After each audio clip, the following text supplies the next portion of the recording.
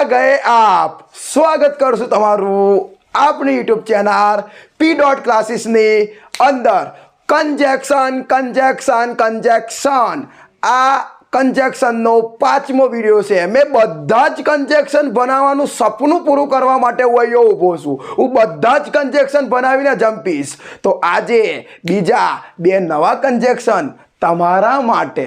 तो जो विद्यार्थीओ हवे आपणे चालू करीए ज छे, पण एना पहेला तमे एकवार ब्लेकबोर्ड पर जुओ। मैं तमारा माटे एक लख्युं छे, अ स्माइल कैन चेन्ज ध वर्ल्ड।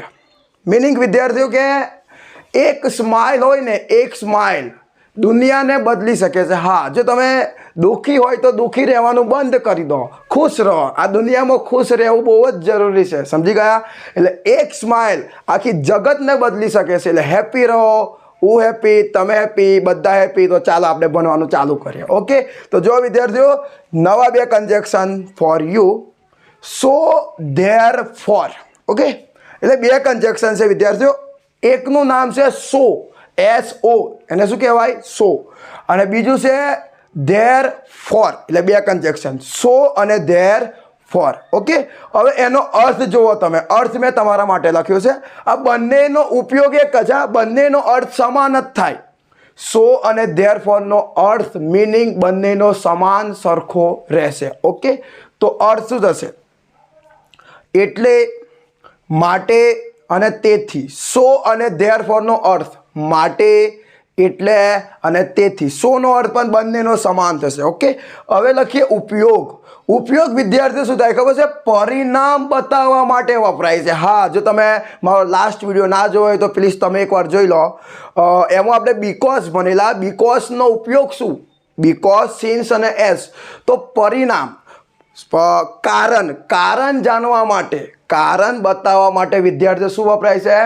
બીકોઝ। હવે આજે ઉધું, કાલે કારણ હતું, કારણ જાણવા માટે બીકોઝ આવે। તો હવે એમ જ સો અને ધેરફોર પરિણામ જાણવા માટે આવે। તમે કોઈ ક્રિયા કરશો તો એનું કંઈક ને કંઈક પરિણામ આવે વિદ્યાર્થીઓ। એ પરિણામ જાણવા માટે સો અને ધેરફોર આવે છે। હવે જુઓ તમારા માટે નીચે લખ્યું જ છે। આપણી સામે બે વાક્ય હશે, પહેલું વાક્ય અને બીજું વાક્ય। હવે બીજું કે પહેલા વાક્યમાં વિદ્યાર્થી શું આપેલું હશે? કારણ।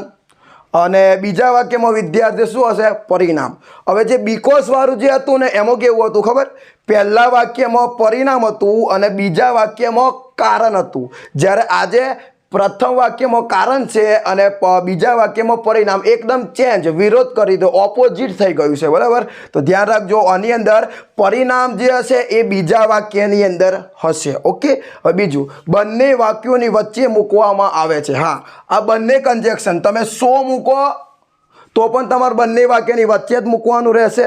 તમે ધેર ફોર મૂકો તો પણ તમારે બંને વાક્યની વચ્ચે જ મૂકવાનું હશે। એક વાત ક્લિયર કહી દઉં, આ ધેર ફોર એ ભેગો શબ્દ છે, મિક્સ છે, તેને તમે અલગ ના કરી શકતા। બરાબર? બંનેને તમારે ભેગો લખવાનો, ધેર ફોર। ઓકે, તો ચલો હવે આપણે એને વ્યવસ્થિત સમજીએ। ધ્યાન રાખજો, પરિણામ બતાવવા માટે સો ધેર ફોર વપરાય છે।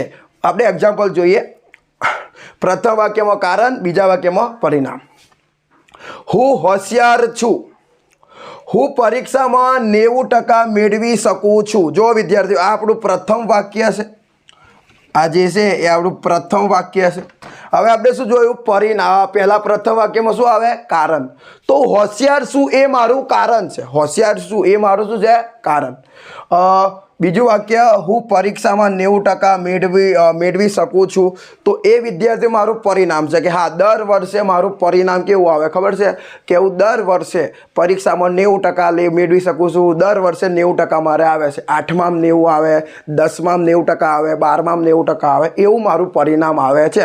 તો એ પરિણામ આવવા પાછળનું કારણ શું? કારણ એ છે કે હું હોશિયાર છું। હોશિયાર છું એટલે પરિણામ કેવું આવે છે? કે હું દર વર્ષે કેટલા ટકા? 90% મેળવી શકું છું। તો આ પરિણામ છે। તો પ્રથમ વાક્યમાં કારણ, તો આ કારણ છે। બીજા વાક્યમાં પરિણામ, તો આ વિદ્યાર્થી શું છે? પરિણામ। ઓકે, એનું જ આપણે ઇંગ્લિશ પણ કરી દીધું છે। આઈ એમ ક્લેવર, રીઝન કહેવાય, કારણ કહેવાય। આઈ કેન ગેટ 90% ઇન એક્ઝામ, આ મારું રિઝલ્ટ છે એ શું છે વિદ્યાર્થીઓ પરિણામ. હવે તમે ખુદ આ બંને વાક્યને આપણે મસાલો કરીએ 125 મસાલો કરવો પડશે ને. હા, તો એને જોઈન કરવા માટે તમે આ ત્રણ શબ્દનો ઉપયોગ કરી શકો છો. જુઓ, પણ જો એકવાર હું તમને કહું સેટ કરી બતાવું, કહું પરંતુ સેટ કરી બતાવું. હું હોશિયાર છું પરંતુ હું પરીક્ષામાં 90% મેળવી શકું છું. સેટ થાય છે એટલે એ આવવાનો નથી, એટલે એ બટ આવે નહીં. બીકોઝ જોઈએ કારણ કે હું હોશિયાર છું કારણ કે હું 90% મેળવી શકું છું. આ પણ સેટ નથી થતું. હવે તમે આ સેટ કરો. હું હોશિયાર છું, હું હોશિયાર છું એટલે હું 90% મેળવી શકું છું. બીજી વાત માટે સેટ કરી, ત્રણને ત્રણ થવાના જ છે મને ખબર છે. હું હોશિયાર છું માટે હું 90% મેળવી શકું છું. હું હોશિયાર છું તેથી હું 90% મેળવી શકું છું. જો કયું સારું લાગે? હું હોશિયાર છું કારણ કે 90% મેળવું છું, નહીં રાગ આવે. હું હોશિયાર છું પરંતુ હું 90% મેળવું છું, નહીં રાગ આવે. હું હોશિયાર છું એટલે હું 90% મેળવી શકું છું. તો જવાબ આવવાનો છે વિદ્યાર્થીઓ શું આવશે? એટલે શું આવશે? સો અને ધેર ફોર. તો ચલો આપણે ગુજરાતીને સેટ કરીએ. હું હોશિયાર છું, હોશિયાર છું એટલે હું પરીક્ષામાં 90%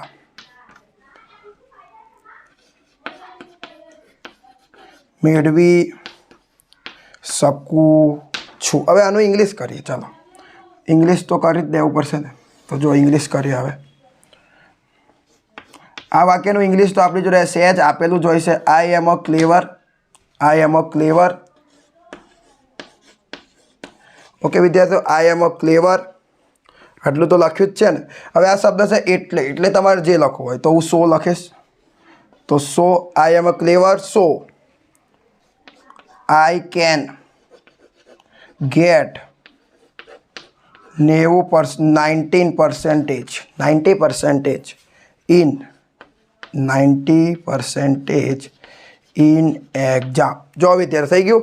હું હોશિયાર છું એટલે હું પરીક્ષામાં 90% મેળવી શકું છું. I am clever so I can get 90% in exam. Okay, I am clever so I can get 90% in exam. હવે એક બીજી વાત, જો તમારે 100 લખવો નથી, તમારી ઈચ્છા નથી 100 લખવાની, તો તમે 100ની જગ્યાએ શું લખી શકો વિદ્યાર્થીઓ?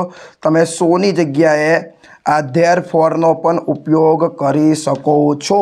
આઈ એમ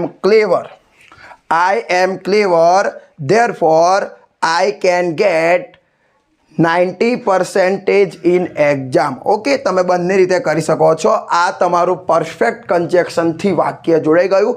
સો એન્ડ ધેરફોર. વિદ્યાર્થીઓ, પરિણામ જાણવા માટે સો અને ધેરફોર વપરાય છે, વાક્યની વચ્ચે મૂકવામાં આવે છે. ઓકે, અને પરિણામવાળું વાક્ય કહે છે લાસ્ટમાં એ વાક્ય હશે. ઓકે, આઈ અન્ડરસ્ટેન્ડ. તમે સમજી ગયા હશો, હું પણ સમજી ગયો અને યુ અન્ડરસ્ટેન્ડ, તમે પણ સમજી ગયા હશો.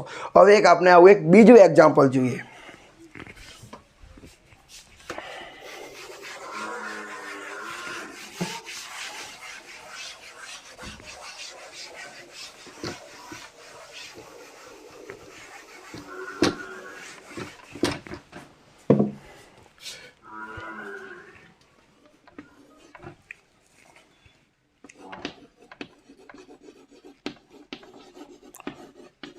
Rameshbhai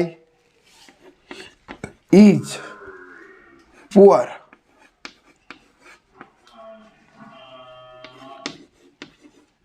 He doesn't buy a car. જો બે વાક્ય લખ્યા, બે sentence. Rameshbhai is a poor, he doesn't buy a car.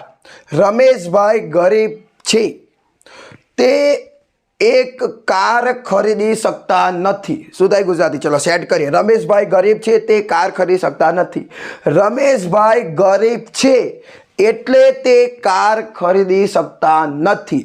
Rameshbhai ગરીબ છે માટે તે કાર ખરીદી શકતા નથી. એટલે જવાબ શું આવશે? So and therefore. તો ચલો જોઈન્ટ કરી દઈએ વાક્યને.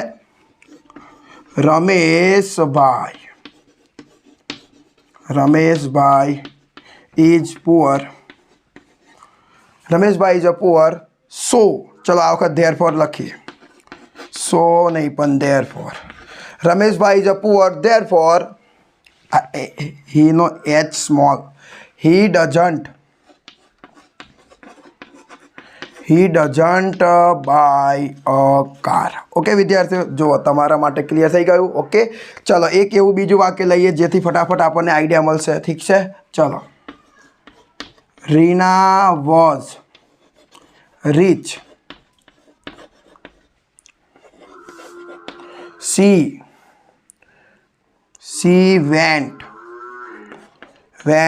to Africa. Okay વિદ્યાર્થીઓ, Reena was rich. she went to Africa. Reena અમીર હતી. તે આફ્રિકા ગઈ હતી. થઈ ગયું સેટલમેન્ટ. પરિણામ છે સારું જ છે. રીના મિસઅન્ડરસ્ટેન્ડિંગ થઈ ગઈ વિદ્યાર્થીઓ. રીના અમીર હતી એટલે તે આફ્રિકા ગઈ હતી. રીના અમીર હતી માટે તે આફ્રિકા ગઈ હતી. શું આવશે જવાબ? સો ધેરફોર. તો લખી દઈએ જવાબ.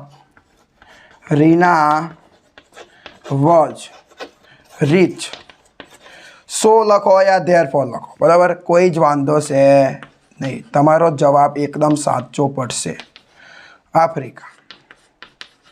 ઓકે વિદ્યાર્થીઓ, તો જો તમને આશા રાખું છું કે તમે સમજી ગયા હશો સો અને ધેરફોરનો ઉપયોગ શું થાય. હવે આ વિડીયોના ડિસ્ક્રિપ્શનની અંદર પણ એક PDF અવેલેબલ હશે. તેની અંદર આવા વાક્ય હશે. તમારે ખાલી એ વાક્યને જોવાનો હશે અને આ બંને કન્જેક્શનની મદદથી એ વાક્યને તમારે જોડીને પૂરો કરી દેવાનો છે, જેથી તમારે પ્રેક્ટિસ થાય અને તમને પણ ફટાફટ મસ્ત રીતે કન્જેક્શન પૂરા આવડી જાય. ઓકે વિદ્યાર્થીઓ, તો બસ આ વિડીયોની અંદર બસ આટલું જ. હવે આપણે આવતા વિડીયોની અંદર બીજા નવા જે હજુ કન્જેક્શન થોડાક બાકી છે એ પૂરા કરી દઈશું. ઓકે, ત્યાં સુધી દે ધનાધન રીતે જબરદસ્ત રીતે પ્રેક્ટિસ કરતા રહો, આગળ વધો. અને હા, જો તમને અમારું કામ ગમતું હોય તો P.Classes તમે સબસ્ક્રાઈબ કરો અને હા, તમારા ફ્રેન્ડ જે પણ હોય તેમને આ વિડીયો તમે શેર કરી નાખજો.